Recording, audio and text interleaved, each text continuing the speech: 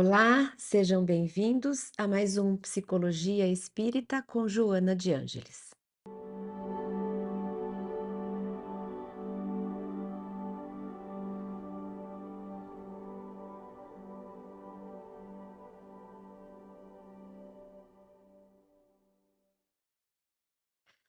Nessa temporada estamos conversando, estudando, refletindo sobre diversos transtornos mentais.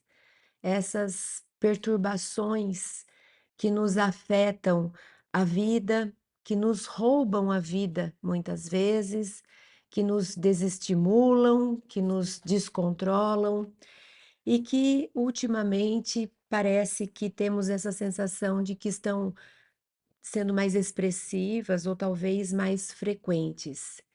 E como essa busca por respostas, tem sido bastante presente em todos os âmbitos, inclusive dentro do espiritismo, temos nos deparado com questões a respeito. Por que esses transtornos? De onde vêm? O que significam? Para que eles servem na caminhada evolutiva do ser humano? Então, nós nos propusemos a fazer esse estudo. Hoje, o transtorno que nós vamos abordar é chamado de transtorno alimentar ou transtornos alimentares, porque são vários dentro dessa macro categoria, são várias as divisões que nós podemos diferenciar dentro desse mesmo transtorno. Para a gente começar, eu vou fazer uma recapitulação, um resumo, para que a gente tenha minimamente noção do que se trata. Nem todos nós já nos deparamos com esse transtorno. Às vezes a gente tem notícia de alguém aqui, de alguém ali, às vezes a gente mesmo está vivenciando essa dificuldade, mas às vezes a gente nunca parou para pensar. Então, acho que vale a pena um panorama geral para a gente depois ir para os estudos que Joana nos propõe a respeito desse tema. Nós encontramos, então, dentro dos transtornos alimentares, nós encontramos algumas subcategorias. Por exemplo, existe a anorexia nervosa, AN. Existe a bulimia nervosa, conhecida também como BN. Existe o transtorno de compulsão alimentar. Existe o transtorno alimentar restritivo evitativo. E existe ainda alguns outros, mas esses são os mais frequentes. Então, dá para perceber que dentro do distúrbio alimentar, a gente se expressa desequilibradamente, porque sempre que o transtorno ele vai trazer um desequilíbrio, e justamente o estudo é procurando identificar qual é esse desequilíbrio que causa o transtorno. Quais são os efeitos, quais são os fatores que desencadeiam, que continuam dando manutenção no transtorno? Então, é sempre esse estudo que a gente faz. E aqui a gente vai ver que o mesmo transtorno, ele pode desencadear e se expressar de formas diversas. Porque, por exemplo, no caso da anorexia nervosa, é como se fosse um desejo excessivo de emagrecer. Então a pessoa acaba fazendo jejuns por muito tempo, ela não quer se alimentar. Ela não quer comer porque ela tem a sensação de que qualquer coisa que ela coma, ela engorda muito. Então ela se recusa a comer, ela fica longe, ela não quer comer porque para ela, ela tem sempre todos os transtornos trazem uma distorção de ponto de vista, a gente enxerga o que não é, e a gente não enxerga o que é, a gente distorce a realidade. E eles nos transtornam justamente por isso, porque eles não nos permitem viver a vida como ela é. A gente vive uma fantasia da vida. Então, por exemplo, nós já falamos nos episódios passados da fobia. A fobia é uma visão distorcida do medo. Então, ela me atrapalha porque ela não me deixa vivenciar o medo como ele é verdadeiramente. Eu vivo uma fantasia que eu criei a partir do medo. Então, eu vivo algo que é além do medo, não é real, é irreal, mas eu enxergo como real. Então, a fobia é uma fantasia que foi feita acerca de um certo medo. Quando a gente pensa sobre o pânico, que também é um tipo de tem a ver com o medo como seu ingrediente, né, básico, o pânico também. Eu vivo uma fantasia do que está acontecendo.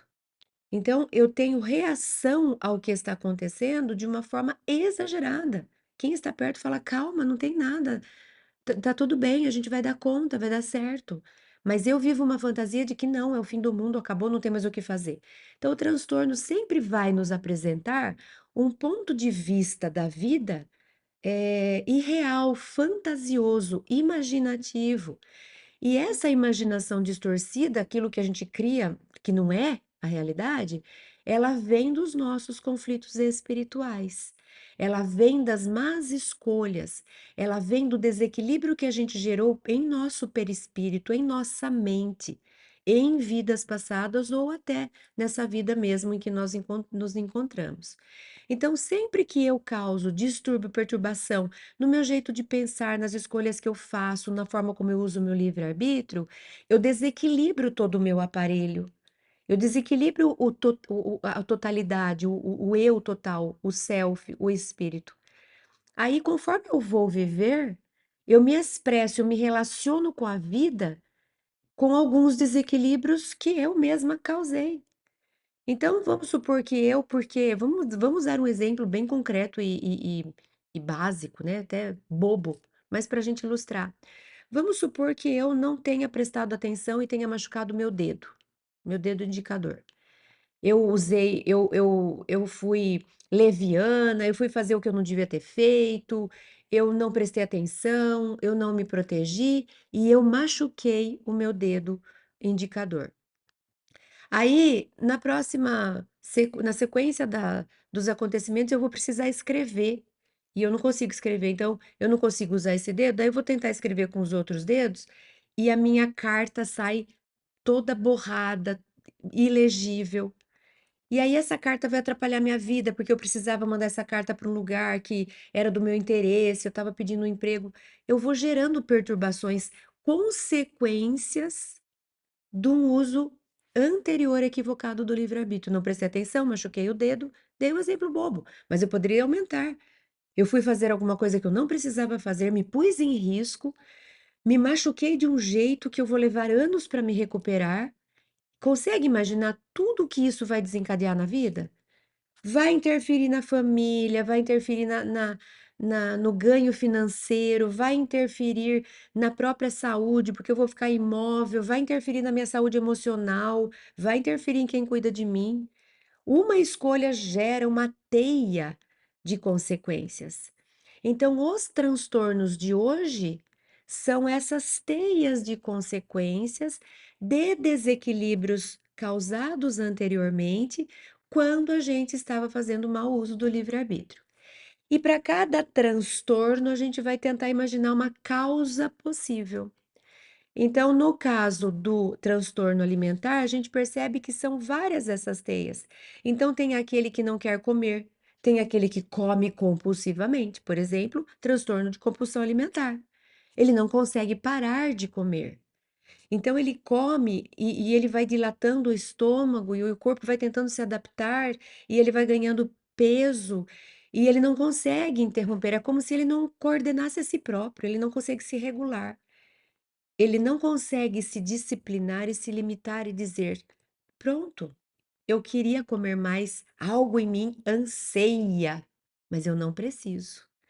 Isso que eu comi é suficiente e ideal para minha saúde, porque isso que eu comi vai me alimentar, isso que eu comi não vai sobrecarregar os meus sistemas com tanta coisa, eles vão dar conta bem". O rim, o fígado, o próprio estômago, tá tudo em ordem. Eu vou ter disposição, porque eu vou ter um peso que corresponde à minha estrutura. Então, pronto, para de comer. A compulsão, ela não consegue fazer esse discernimento e se colocar um certo limite. E algo controla ela. Então, um outro eu descontrolado não consegue parar. Algo diz: "Para de comer, chega", mas eu não consigo, eu continuo comendo, eu quero mais um pouco, e só mais um pedaço, e só mais um, e agora eu quero mais alguma coisa, e vai se tornando essa neurose, porque ela toma conta da minha mente. E eu não consigo pensar em outra coisa a não ser em que eu vou comer agora, e que eu vou comer agora. Ai, mas e se eu pudesse? Ai, que delícia isso. E eu fico ocupando minha mente só com isso e eu não consigo interromper. Então, tem a compulsão, que é o transtorno de compulsão. Como eu estava dizendo antes, a anorexia é um desejo excessivo de emagrecer e, por consequência, ela passa a fazer muita atividade física para gastar caloria e ela fica se recusando a ingerir, porque cada vez que ela põe alguma coisa na boca, ela acha que ela está engordando imediatamente.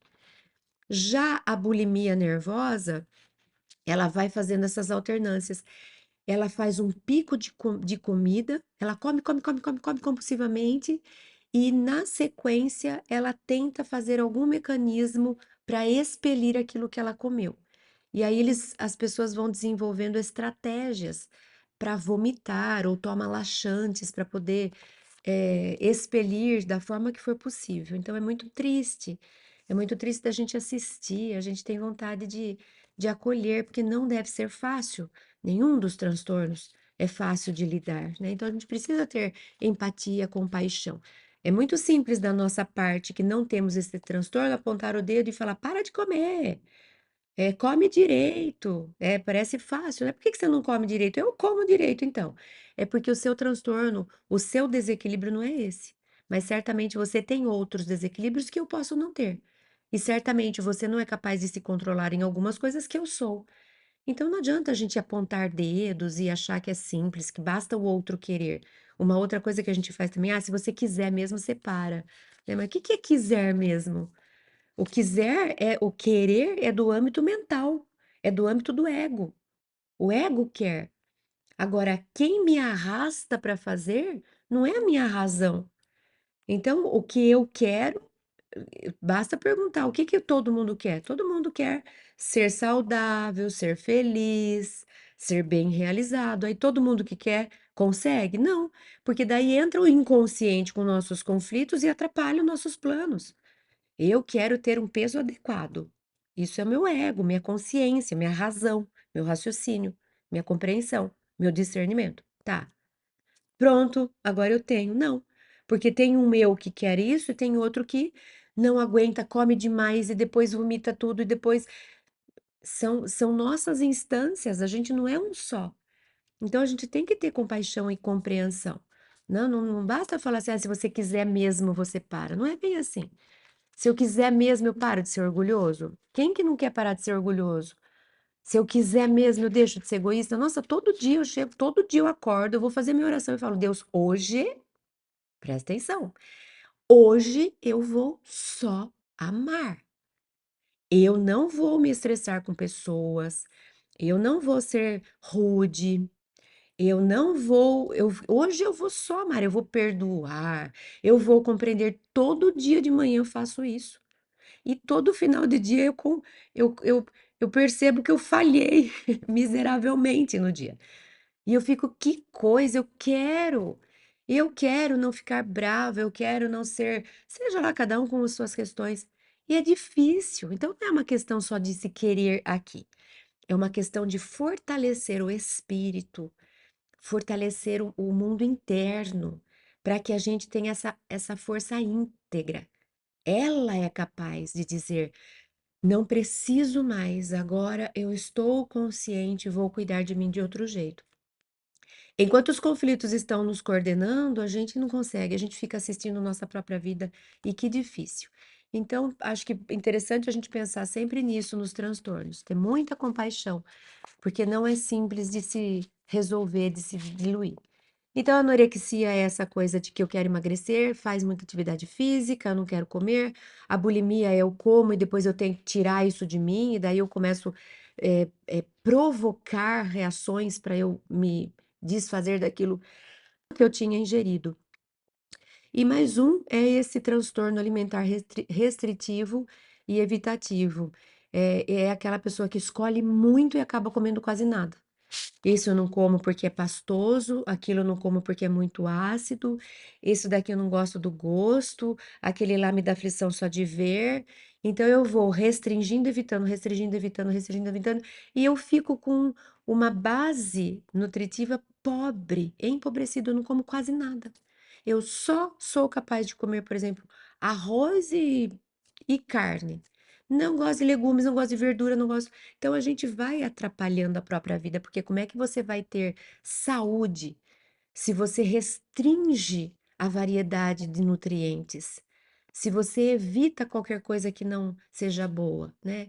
Então, só para a gente perceber que tem várias formas da gente não conseguir ter um equilíbrio mínimo na questão do se alimentar. Como de mais, como de menos, como e devolvo. Quero comer, mas não quero comer isso, nem isso, nem isso, nem isso. Então, tem várias formas de se expressar. Alguns fatores, só dando uma passada, viu, gente? Porque quem tiver mesmo interesse em se aprofundar no transtorno, aí tem muitos lugares, livros, pesquisadores, internet que a gente pode recorrer, inclusive médicos que a gente pode consultar para ter uma profundidade de explicação científica. Mas também alguns fatores que podem influenciar. Traços de personalidade, então, traços do próprio eu, da própria forma desse eu viver a vida. Então, se eu sou um eu meio que com tendência a me deprimir, então pode ser que isso combine com cada vez que eu me deprimo, eu me jogo na comida. Então, tem algumas questões que é da própria pessoa, o jeito, a dinâmica dela gera alguma compensação na alimentação, né? Então eu tô me sentindo sozinha, solitária, ninguém gosta de mim, também não vou me alimentar mais, como se eu tivesse desistido de viver, não quero mais comer, porque já que me falta afeto, que é um alimento da alma, eu nego o alimento do corpo, que é a comida. Então, tem um tanto do nosso eu aí, que talvez seja o ponto principal, de como eu lido com minhas questões emocionais, compensando, projetando no mundo de fora, por exemplo, na comida. A gente sabe que todo transtorno é uma mensagem do inconsciente, nós já falamos isso nos episódios anteriores. É uma mensagem do espírito dizendo: tem uma questão aqui muito problemática que precisa ser resolvida. Você vai precisar mergulhar para entender que transtorno é esse, o que que ele te causa, o que que ele te impede. Para quê? Para a gente entender o que ele simboliza. É uma carta enigmática, é uma pista que o inconsciente manda para que a gente possa decifrar a si mesmo, analisando simbolicamente o transtorno. Então a gente pode fazer esse exercício com alimentação. Que a alimentação, o que o transtorno de alimentação me causa? Que ele simboliza? E eu acabei de fazer uma simbolização, uma analogia, uma metáfora, uma associação, melhor dizendo. Porque quando alguém me dá carinho, eu estou recebendo um alimento. O carinho, o afeto é o alimento da alma. Muito provavelmente os transtornos alimentares simbolizam o afeto. Então, quem come demais talvez tenha sede de afeto que tenha faltado, por exemplo, na infância. Quem come de menos, talvez tenha alguma questão com afeto, tipo, estou me negando ao afeto, porque já que não é do jeito que eu gostaria, eu prefiro ficar sem. Então, sempre a gente vai procurar o simbolismo, a associação. Esse transtorno, o que ele simboliza? Qual é o lado simbólico dele? Por exemplo, vamos lá para a psicossomática. Vamos supor que eu levei um tombo, fui fazer alguma coisa, prejudiquei o joelho, agora eu não consigo firmar meu pé no chão, então esse é o meu problema físico. Se eu pela psicossomática for fazer uma análise, eu vou tentar simbolizar o que que isso quer dizer com relação ao joelho. Então, ao acontecer isso comigo, eu não consigo ficar em pé. O que que é ficar em pé? Quem está em pé? Quem está em pé é quem é capaz de se locomover sozinho, é quem é capaz com dignidade de lutar pela própria vida. Agora que eu não posso ficar em pé, eu dependo de alguém para me levar, eu dependo de alguém para me ajudar a tomar banho, eu dependo de alguém para me ajudar a ganhar meu dinheiro, porque eu não estou conseguindo. Qualquer coisa desse jeito. Então, eu vou prestar atenção nisso e vou perguntar para mim: por que, Cris, você gerou um acontecimento que te impede de andar? Você está com medo da vida? Está prestes a acontecer alguma coisa que você está com receio, então você se pôs num lugar em que você não precisa enfrentar?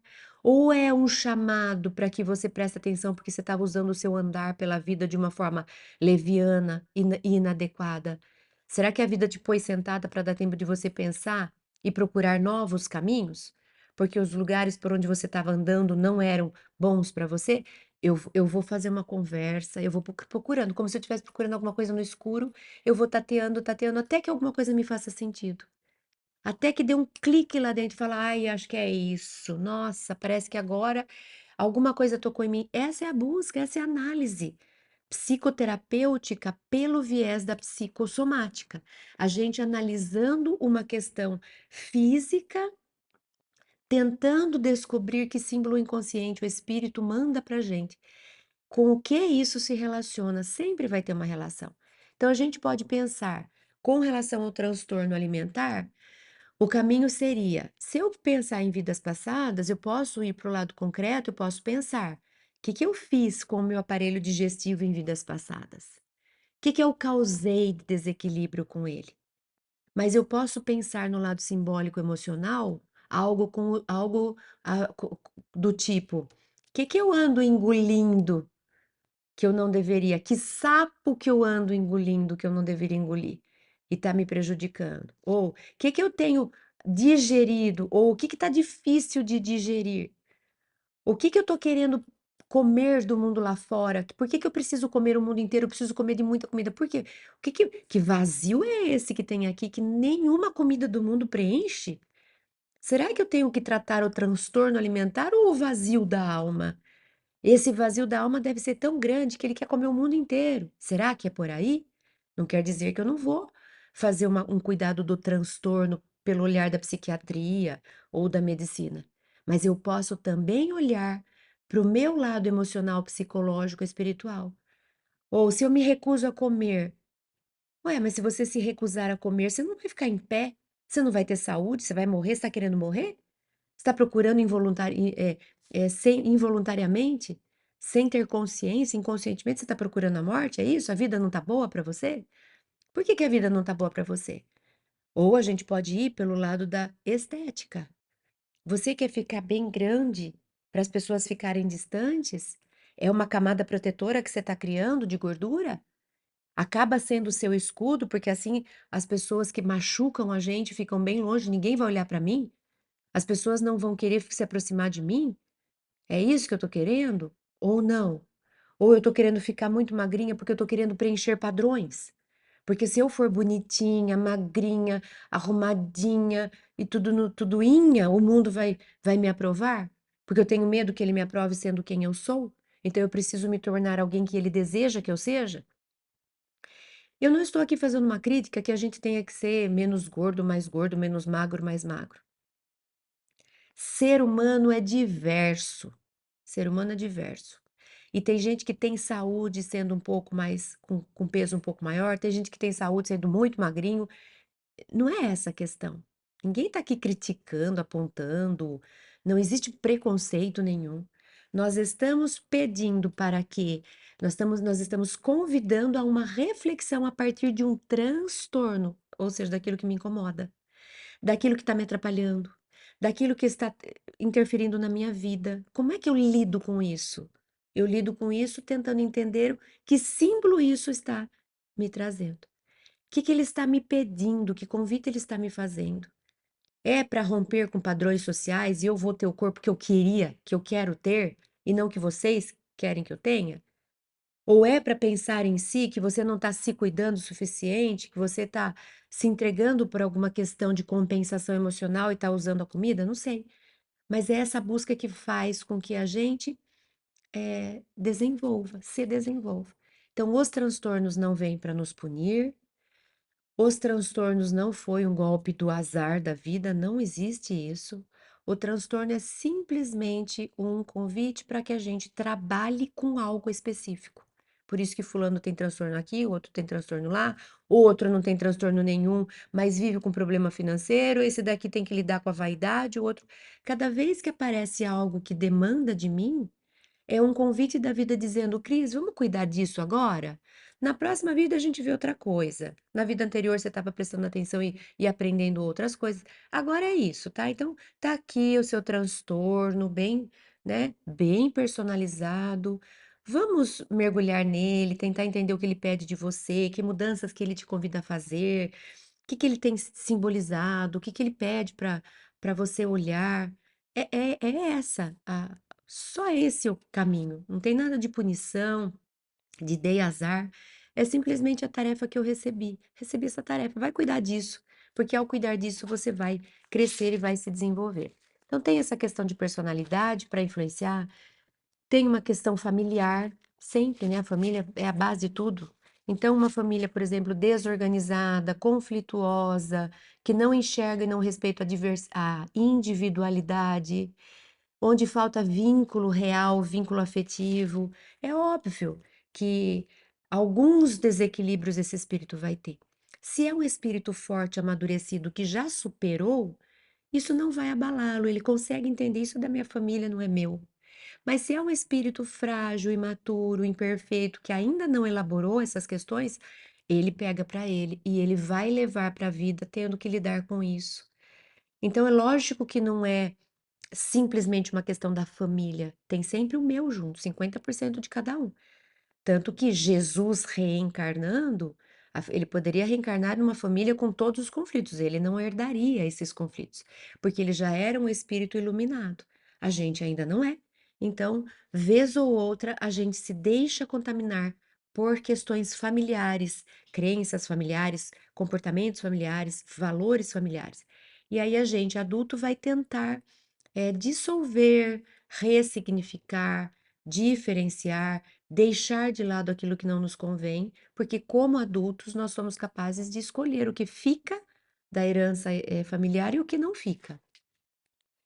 Eh, Também questões, sociais, que eu acabei de falar.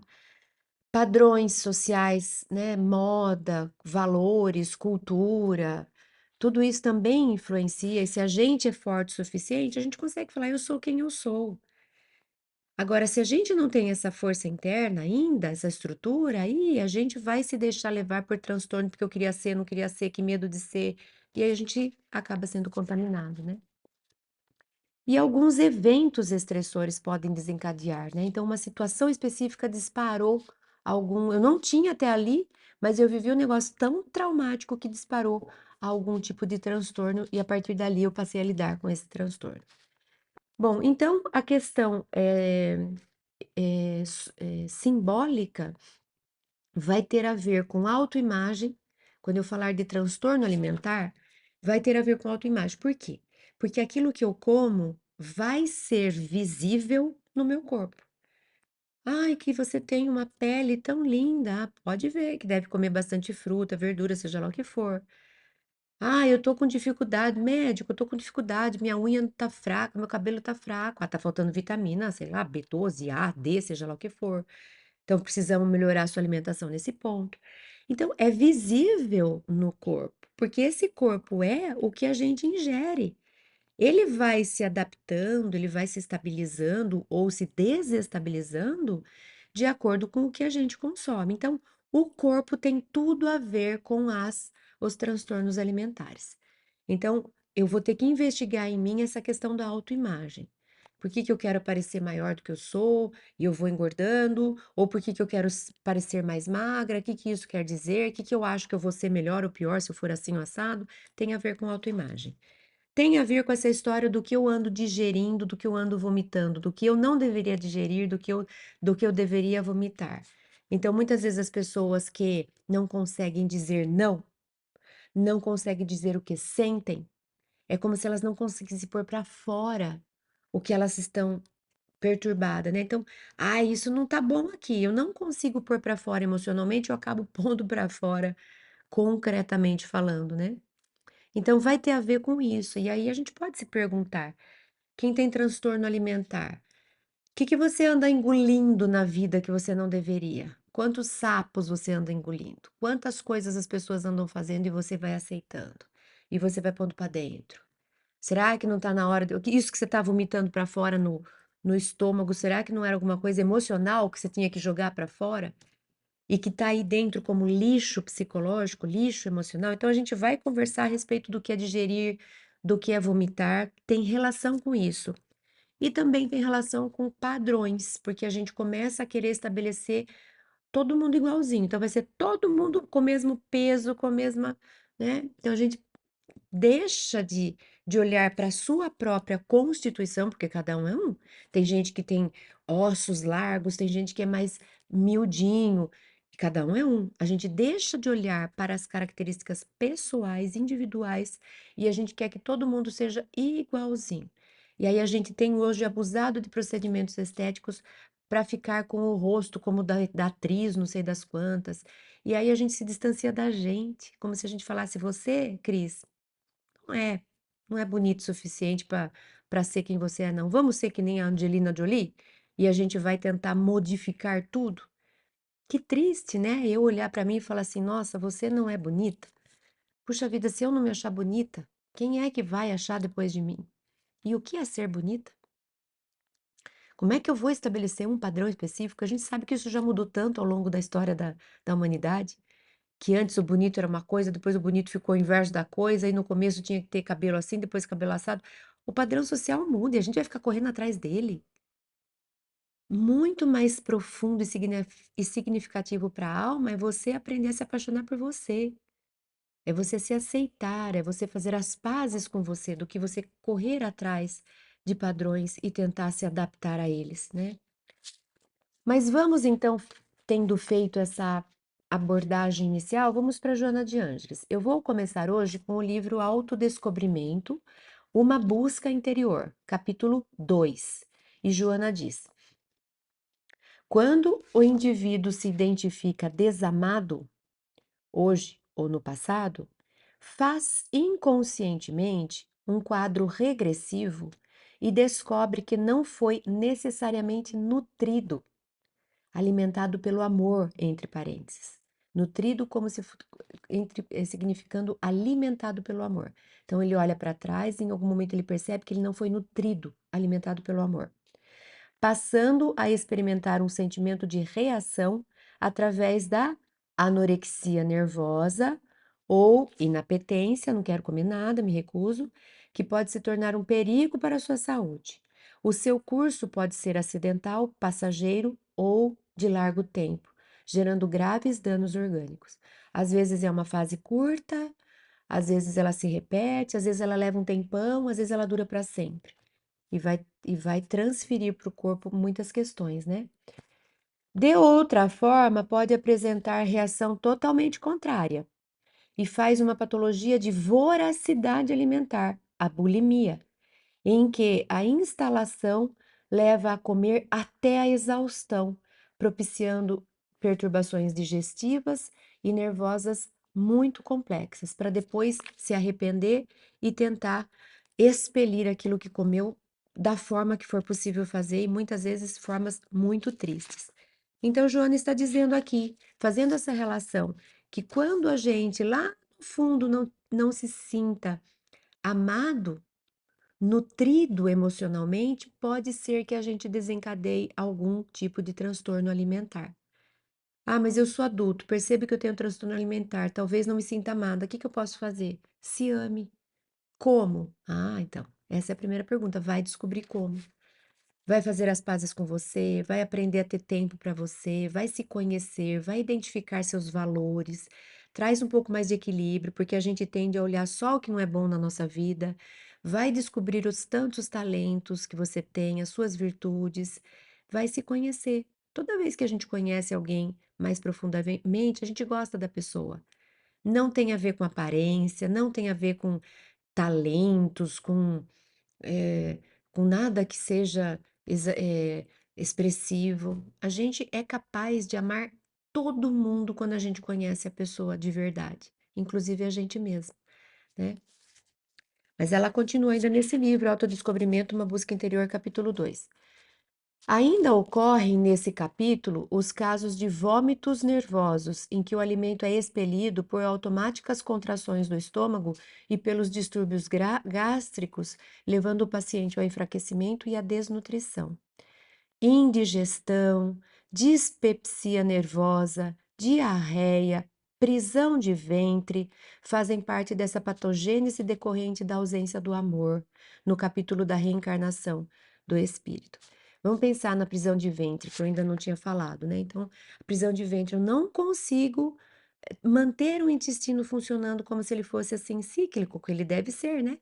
Não consigo manter uma fluidez dele, um período, né, que seja saudável. Aí a pergunta é: o que que você, por que que você está retendo lixo? Porque já é lixo, aquilo não serve mais. Eu já tirei aquilo que me serviria, eu já absorvi os nutrientes. O que sobrou é o que deve ser jogado.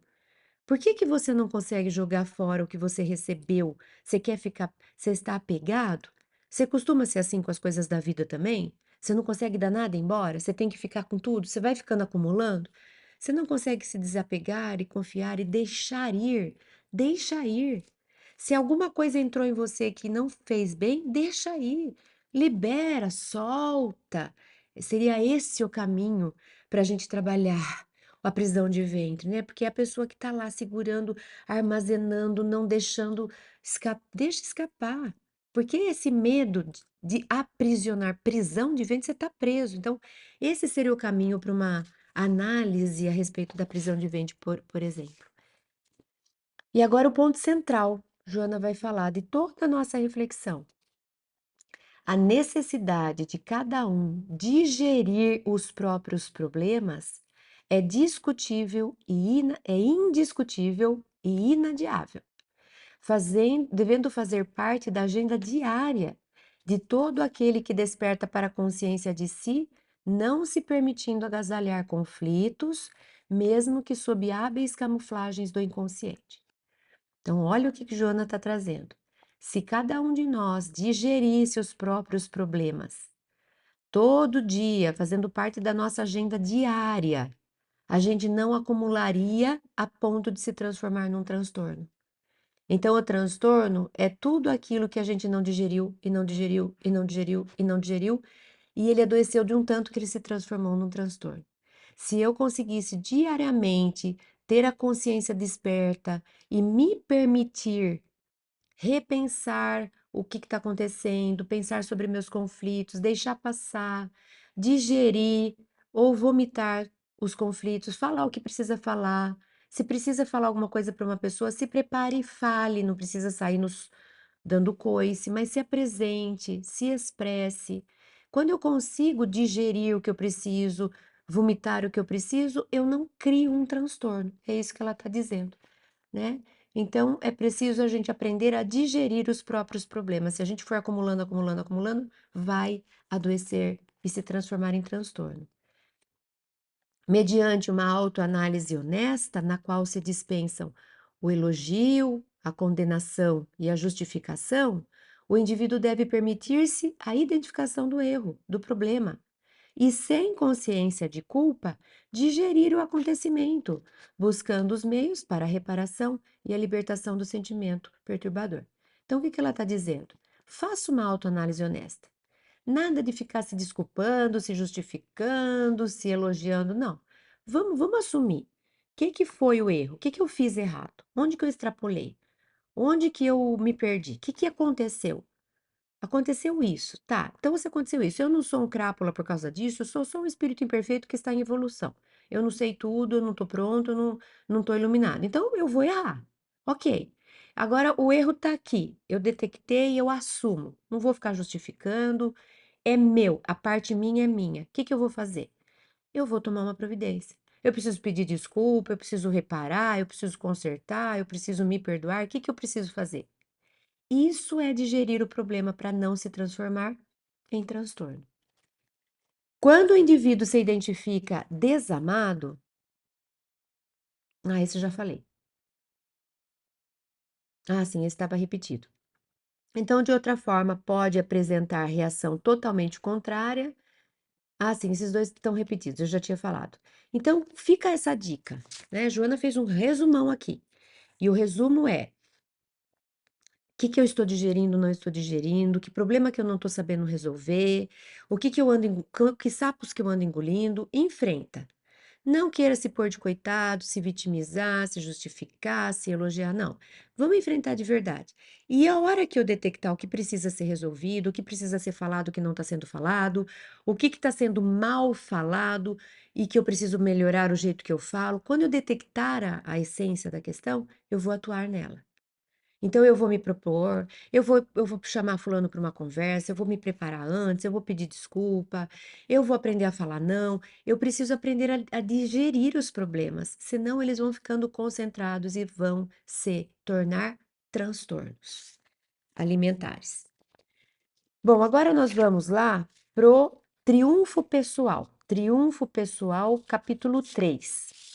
Nesse aqui, Joana vai falar um pouquinho dessa questão dos valores sociais que eu disse, desses padrões, né, estéticos e que viram culto ao corpo, e aí a gente pode entrar num transtorno porque a gente quer pertencer, porque a gente quer preencher a expectativa da sociedade.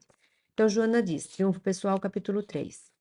Em face dos graves acontecimentos odiernos, velocidade das comunicações, sucessão intermina de ocorrências surpreendentes, tragédias do cotidiano, avanços científicos e tecnológicos, ameaças contínuas de desgraças geradoras de insegurança emocional, tudo isso acontecendo, o ser humano apresenta-se desestruturado psicologicamente, buscando fugir antes de enfrentar a realidade traumatizante. Então, às vezes, a situação é tão difícil daquilo que eu preciso enfrentar, como eu estava dizendo, vamos lá, vamos enfrentar, vamos conversar. Às vezes o pepino é tão grande que eu não vou me sentir, eu não sinto que eu dou conta, daí eu fujo. E eu fujo para algum transtorno. Eu fujo para os tóxicos, para o álcool, eu fujo para manias, para outros transtornos, eu fujo para depressão. Então acaba sendo uma forma de não lidarmos, a gente cria um problema para não lidar com o outro.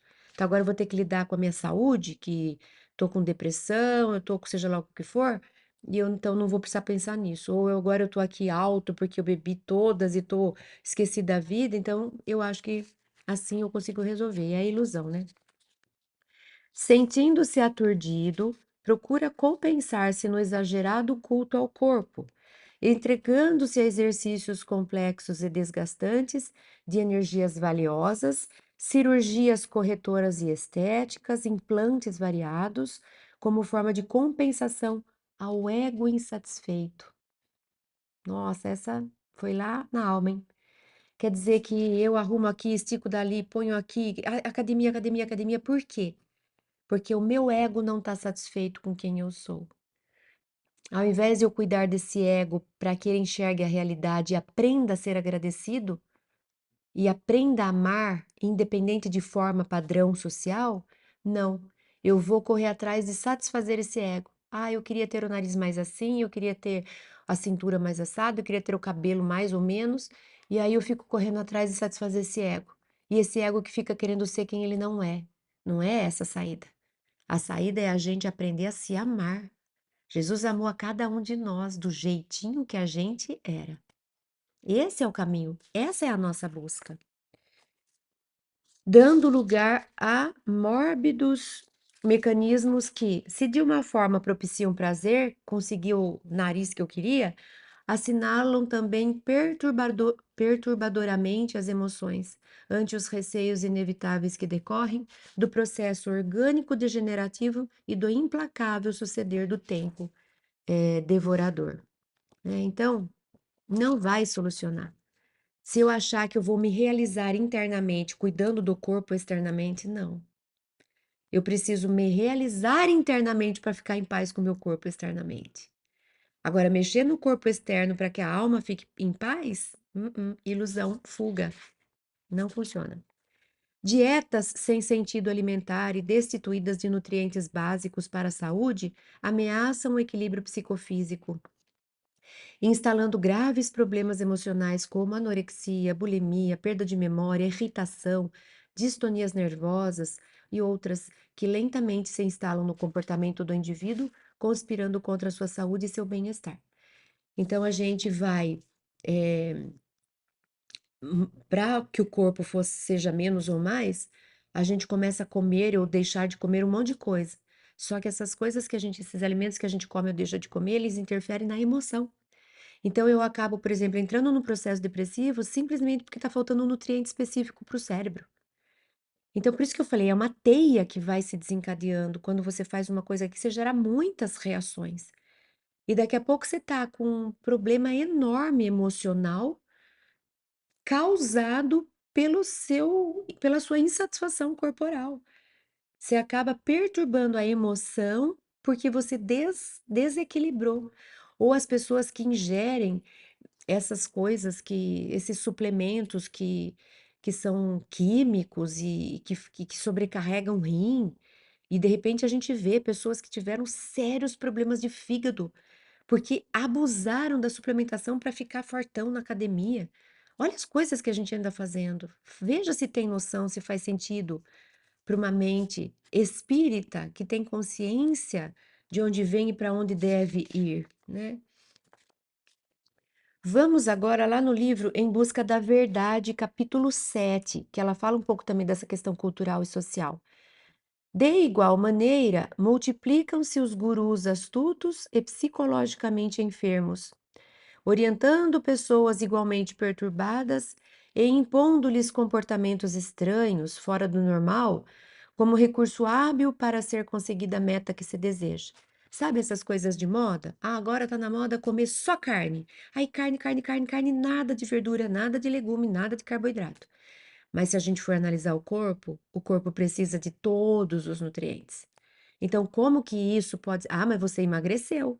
Você emagreceu a que custo? Você emagreceu porque você perdeu peso na balança e a saúde, quanto que você perdeu, você mediu? Porque você perdeu saúde. E por aí vai. Não, agora tá na moda outra coisa. Então, sempre o equilíbrio, o bom senso, a harmonia, é sempre a receita do sucesso. Não adianta a gente querer solução mágica. Ai, agora tá na moda tomar tal remédio. E aí, ah, não, mas esse remédio pode. Como esse remédio pode? Algum dano, será que ele não causa? Ah, não, mas depois a gente cuida disso. Então, essa é a questão que a gente tem que fazer. Porque vem esses gurus marqueteiros, né? E pintam o negócio como se fosse a coisa mais fácil do mundo.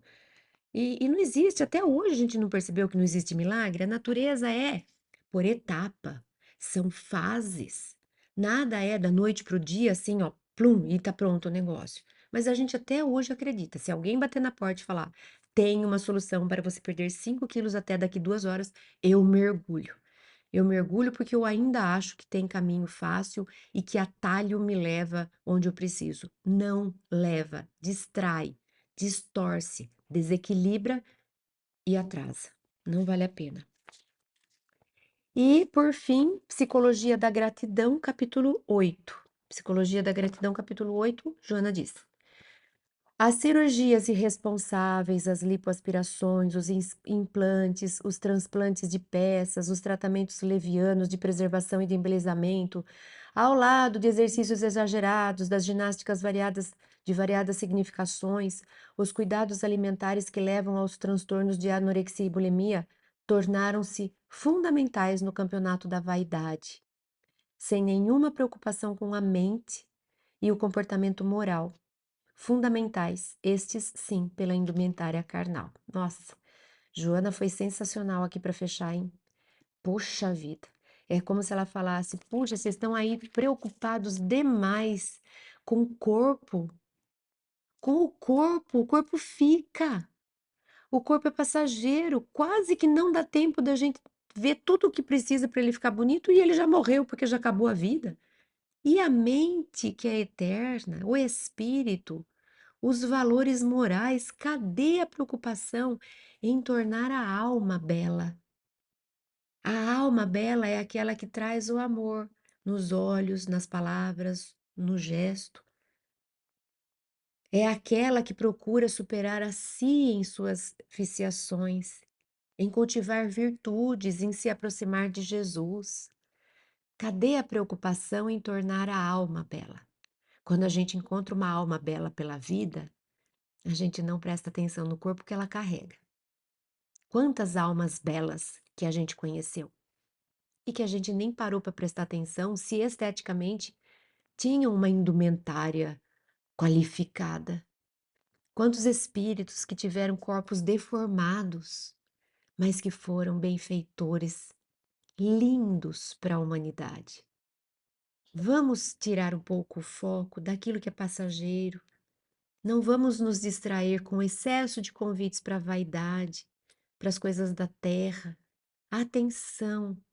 É muito difícil hoje a gente manter a mente desperta para não cair nessas armadilhas e não dedicar mais tempo para o espírito, que é imortal, do que para o corpo, que deve ser mantido com carinho, respeito. Cuidar do corpo e do espírito, o Evangelho nos recomenda. Então fica aqui esse convite para que a gente preste atenção nos nossos alimentos do corpo e da alma. Muito obrigada. Até semana que vem.